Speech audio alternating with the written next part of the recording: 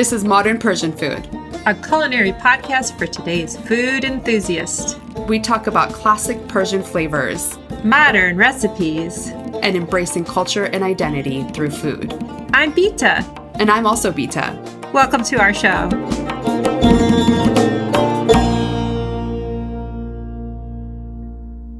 Hi, friend. Welcome to episode 175. Today, we're going to be talking about love, Persian love. After you listen to this episode, you will be able to cook or bake something Persian this February as an expression of love. We're going to unpack how to make Persian love cake and explore food as a language of love. I'm here today with my co-host, Bita. Hey, Bita June. Hi, Bita June. How's it going? Doing all right. I'm hanging in there. Good. Yeah, it seems like the theme right now. Everyone's kind of just like hanging in there.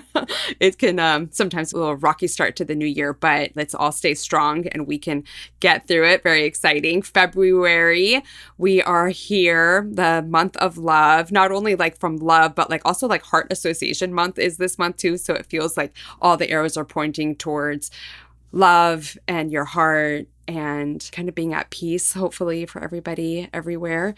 So let's talk about this love cake. I love this cake. It's so beautiful. You have a great recipe that is exciting. I think it'll be fun for us to talk about it. We haven't talked about love cake really at all in all 175 episodes so far. So this will be fun. I'm looking forward to it. So let's definitely get started. Yeah, let's do it. I made the Persian love cake. I have to thank you because this episode theme idea was your idea, and I hadn't made Persian love cake in years. And so I looked up my own recipe, as I do, on the old Oven Hug recipe site. And this cake's a lot of fun to make. It's got very few ingredients. It comes together quite easily. What is Persian love cake? So typically Persian love cake is an almond-based cake that incorporates flavors of rosewater, saffron, cardamom, and there isn't like a very specific way that this recipe needs to be. Like there is some fluidity to it to customize it the way that you want. We'll talk about some shortcuts and stuff like that a little bit later too. But it's typically a round cake with a white glaze, and the glaze typically is like overflowing off the sides and dripping off of the sides of the cake.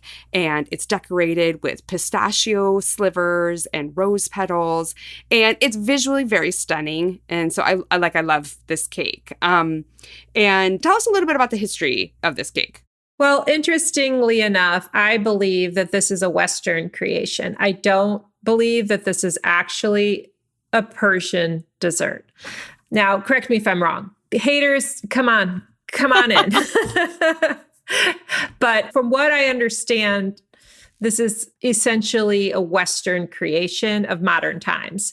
We've taken some iconic Persian flavors and aromatics, sort of similar to what you might find in a baklava. This is a super nutty cake. The base of it is almond flour, and the spice note is cardamom, which is really lovely if you haven't had it. It's really nice in dessert, in teas, and it lends to this recipe quite well. In particular, you did a great job of describing this cake. It is stunning. It's beautiful. And I think that what makes it beautiful is the colors. I like to make my icing, as you described, that drizzles over the top of this really simple round cake. I like to make mine a little bit pinkish, my favorite color. Mm-hmm. Most of the recipes that you find just use a standard, probably like a powdered sugar type white glaze.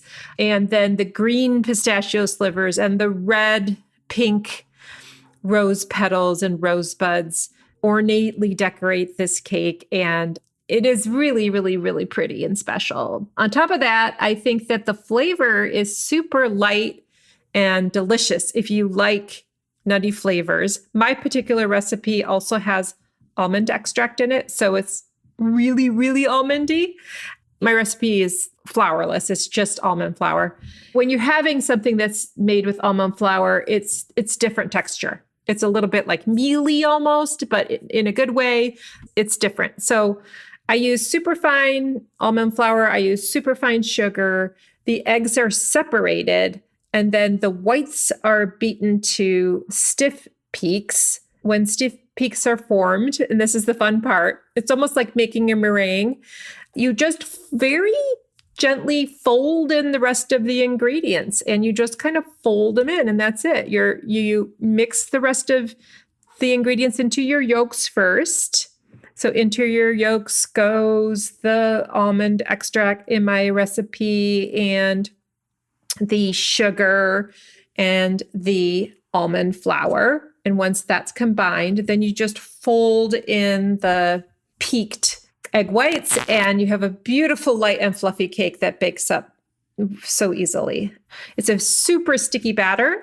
Almond flour is moist, and it is a wet batter. And so I suggest putting parchment paper down on your baking pan first and heavily buttering the sides so that after all that labor of love, your cake won't stick to the pan. And then actually, when I made it yesterday, I kept it simple. I didn't do all of the fancy glazing and decorating because we just wanted to enjoy it. So I cut it up while it was still warm. I served it with some vanilla bean ice cream, and then I drizzled the ice cream with just a little bit of rosewater and the green pistachio nuts and rose petals. And that was just kind of like an everyday way to serve it.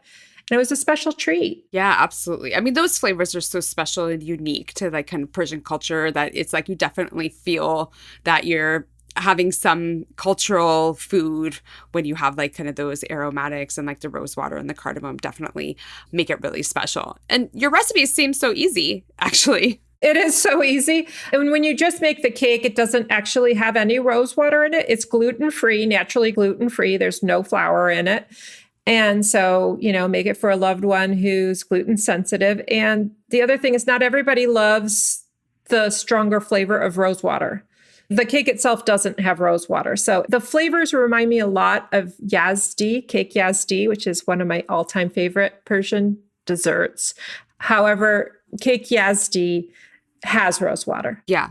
And cake Yazdi is much more cakey versus this more almond version. Yes, of course. Mm-hmm. Well, I mean, your recipe definitely does seem pretty simple. I made a recipe using the kind of flavors that we just talked about, but I really wanted an easy shortcut way to do it. I'm not a big baker. I kind of get intimidated, to be honest, about baking. But what I ended up doing, the approach that I ended up taking was I actually used a box mix, used that as my base. Instead of water, I added saffron water. So I bloomed saffron and I added saffron water for a little bit of that floral note to it. And I made my glaze with powdered sugar, and I added almond extract to my powdered sugar glaze. And so you really got kind of like that strong almond flavor without it actually being in the whole cake itself. I chose to add the saffron to the cake batter. I could have added the almond extract, but I just had the almond extract into the glaze itself, which really had a delicious and bright flavor to it. And then garnished with some pistachio slivers that I have stashed in my freezer because it just keeps them nice and fresh that way. And they're this small little tiny slivers, and did little rose petals on top. I did have a question for you because I always noticed that your rose petals always look really bright and vibrant. And then mine were bright and vibrant when I first got them. But over the last few months where I haven't used them as much, I feel like the color is fading. So what do you do? Do you keep yours in the freezer? I have different types. So if you are fortunate enough to get the ones from Iran, they're really special. I think the culinary rose from Iran is unique, and the color is even more vibrant. So when I am fortunate to be gifted real culinary rose from Iran, I keep it in the freezer. I also have some culinary rose that my mother-in-law's grown in her garden, and that doesn't look as vibrant. I use it for something else. I'll use it in lubia pulao, for example, or something where I'm not trying to do a showstopper bright color. I think it depends on where you get it. I have one that's like a purplish color. I couldn't even tell you why or where it came from. I have so many different ones. Yeah, I think I need to try that, to actually put it in the freezer. The culinary rose that I was using is from Iran, and I felt like it just kind of like faded a little bit over time. So I think that's a good thing to note, that I'm going to try to keep my rose in the freezer. And again, this is culinary rose, not roses that you can get from the regular grocery store. So they are special and you can make tea with them. You can decorate your cake with them. It's a fun cake to make. Yeah, I like your shortcut. So I'm curious what type of, you said you use a cake mix. So did you use an almond flour cake mix or just a white cake? No, I didn't. Just a white cake mix. I just used a white cake mix. And so I was just like looking for the almond flavor, which I used as the extract. But again, my point was trying to make this cake really easy. And how could I make it like really versatile? We were going over to someone's house and I wanted to take something homemade. You know, we had this on our agenda. So I was like, let me try to make this love cake. And I think that kind of lends us to the next section that we kind of want to talk about is food as a love language. Sure. And to kind of taking those kinds of gifts, homemade gifts, in this instance, we're talking about a love cake, or maybe a jar of torshi pickled vegetables, or some morabba, some jam, or even sometimes even the fruit that you have in abundance, like on a tree in your backyard or something from your garden. These are all ways that we kind of show each other that we care, you know, through food, expressing our love for each other through food. So, you know, there are definitely occasions that we eat, of course, you know, celebrations, anniversaries, birthdays. Even when we're not celebrating like a joyful event, we still celebrate with food. So, for example, tomorrow is the anniversary of my father passing away. He passed away about 7 years ago.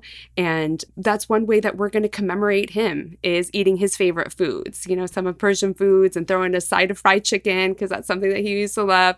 And we're, you know, kind of paying respect to him and thinking about him through food. But it's also just really sharing thoughtfulness. You know, in Persian culture, it's definitely a theme. You know, like you go to someone's house, they want to like feed you. A parent wants to just is always trying to feed the kids. You know, here's some fresh fruit. Would you like some tea? You know, even like cutting up the fruit and displaying it to your guests or to your family is a way of expressing your love for them. And that's definitely a huge theme in Persian culture. Absolutely. Yeah, I'm glad that you shared that. It's not just about the act of cooking, but also serving and eating together as a culture in loving occasions. And that's really sweet what you do in your father's memory tomorrow. Yeah. Yeah. We always like to do that on his passing and then also like on his birthday. So always looking for ways to try to bring some joy and togetherness and love. So whatever occasion it is, we try to like make it a positive one and really look at the positive things that we have to be thankful for. Yeah, when we're talking about love languages, there is this book, and if anyone's ever been through couples therapy, or it's a popular book for all relationships, the 5 languages of love. Mm-hmm. Hey, if your language isn't cooking, it's okay. But I think it's still something that we can all aspire to. And I think it's very appreciated. I know that I was raised in a family where you talked about your dad. That makes me think about my dad. He always said for gifts, if you make it, I'm going to love it more. Mm-hmm. You know, make me a card, make me something. And that's what I think, that's what it goes back to for me is when you're making something, it's the most special thing. And it doesn't necessarily have to be that you're, you know, cooking for your spouse or your, you know, your child. You can be showing your self-love and preparing things that you need to feed yourself and to feed your soul, whether it's healthy or just, to be honest, I really wanted that cake last night. So yeah. kind of made it for myself. For sure. And that brings so much happiness to yourself, you know? I did. I served it up in a beautiful way in a big warm piece of ice cream, and I enjoyed every bite.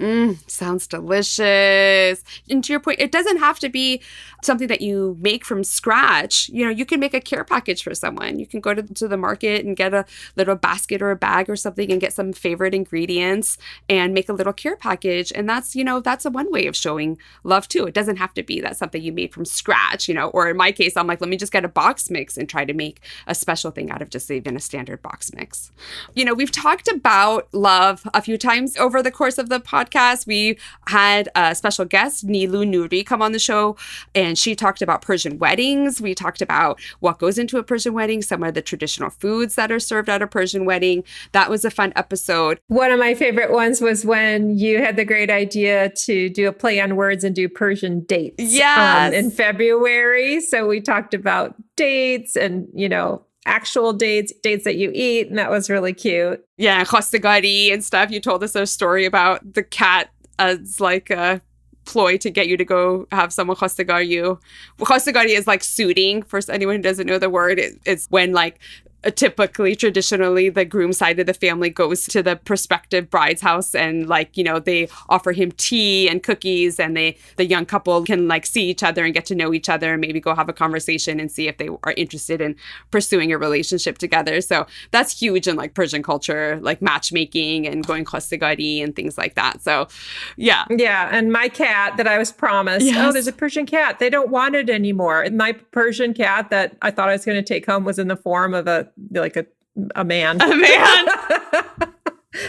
A man who was in town from like Washington, D.C. or something. Oh, so fun. You're not a cat, you know? Yeah. That's funny. They tried to trick you there. And then, Rena, when we had last year, we had Reza Jax on. He was a lot of fun.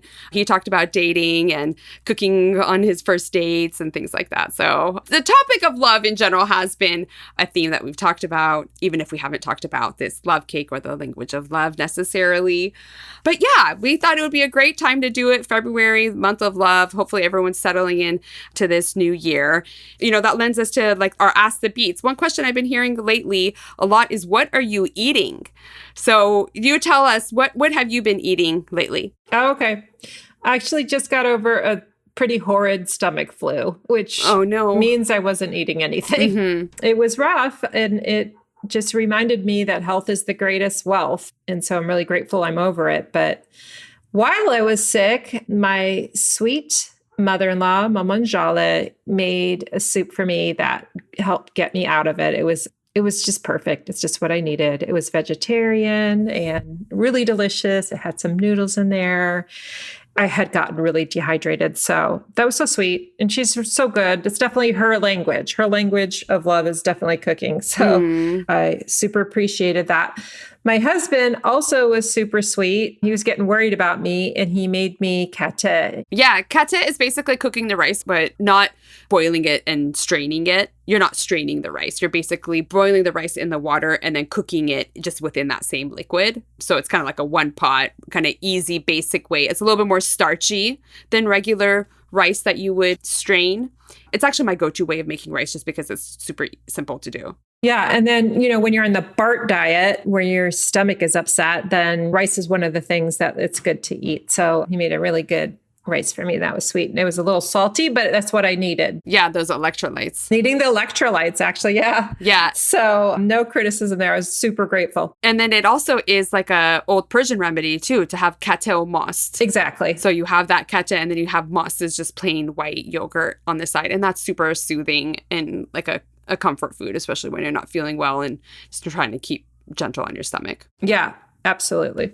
Good point. What have you been eating and cooking lately? Yeah. So I've been trying to eat pretty carefully these days. I've been kind of dealing with some inflammation in my gut that I've been dealing with. You know a little bit about that, but it's just something that I've been dealing with and I'm coping with and trying to figure it out. But one thing that I've been going back to and making a bunch recently is Haleem, or like porridge. I make an oat porridge, a very simple oat porridge that is super comforting. So the oat porridge, I use chicken, I use homemade broth, and I use oats and a little bit of salt. And I cook that down and then I puree it. So it's like a really smooth consistency. And the traditional way that you have Haleem is you serve it. It could be like a breakfast food. You serve it with cinnamon and sugar and melted butter on top. But I didn't want to have any of the sugar. So what I've actually been topping my Haleem with is like kind of poached fruit. So I've been like having cooked fruit. What my go-to recently has been is because we still have some hanging around are quince. So I've been cooking quince with just like a little bit of water, just really to cook it through. It is technically poached, but it's like I'm not having a lot of extra liquid in there. And then I'm just topping my Haleem with that and then putting a bunch of cinnamon on top. And it's been super cozy and comforting. And it's been cold here in San Francisco. So it feels really nice to kind of have that soothing comfort food. So that's kind of been like on the rotation the last few weeks for me after kind of settling in after all the holiday travel and things like that. I'm glad you're taking care of yourself. And I know it's not by choice that you're having to cook special things for yourself, but you do have a choice of whether you're doing it from scratch. And that sounds really, really delicious. So thanks for sharing about that. And I'm glad you're feeling better. Thank you. And it's super simple. You know, we've talked about Haleem for like after Thanksgiving or, you know, different occasions, but it is super simple and like hearty. So if anyone's looking to make like a little different variation of either their morning oatmeal or just like a comforting soup or side thing, the Haleem is a great option for that. Thank you for sharing about your Haleem. We hope that you all have a loving, wonderful February, that we've inspired you to maybe try Persian Love Cake and share the love with your friends and family and with yourself. Yeah, absolutely. All right. Well, stay tuned, everybody. Next month is our Nowruz episode. So fun things to come in store. And until then, hope everyone is happy and well. Till next time. Bye. Bye-bye. You've been listening to the Modern Persian Food Podcast with Bita and Beata. Thanks for spending time with us. If you've enjoyed what you heard today, consider telling a friend or giving us a good rating. You can subscribe to our show for free on your favorite podcasting app or find us online at modernpersianfood.com or on Instagram for the recipes and information we talked about today. We'd love to hear your thoughts and see you next time.